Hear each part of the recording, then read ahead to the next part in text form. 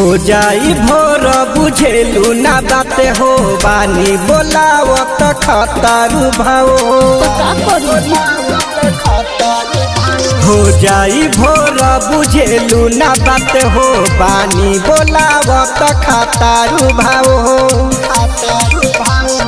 बतिया में आज सोन लैला नमज काहे जालू दूरिया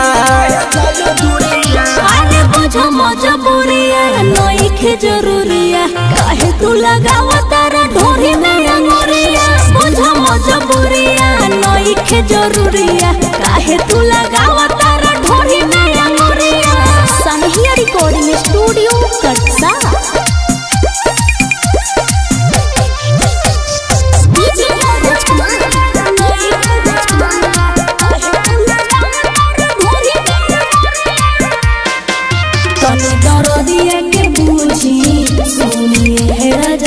काहे पाजा में धोके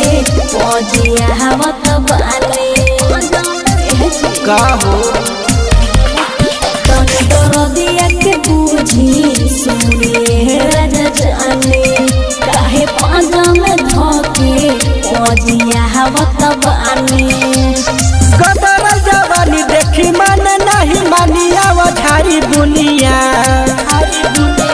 अरे बुझो मजबूरिया नइखे जरूरिया काहे तू लगावा तारा ढोरी में अंगुरिया बुझो मजबूरिया नइखे जरूरिया काहे तू लगावा तारा ढोरी में अंगुरिया ढोरी में अंगुरिया काहे तू लगावा तारा ढोरी में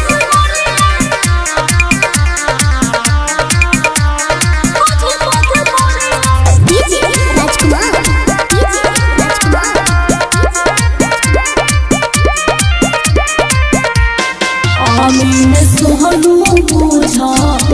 हरी के परेशानी आज मानी लगतिया सच कहतानी सुनी बोलो ना तो राजा बुझो हरी के परेशानी आज मानी लगतिया सच कहतानी कर जन मनाया लूट खजाना चल करी पुनिया अरे बुझो मजबूरिया नइखे जरूरिया काहे तू लगावा तारा ढोरी में अंगुरिया बुझो मजबूरिया नइखे जरूरिया काहे तू लगा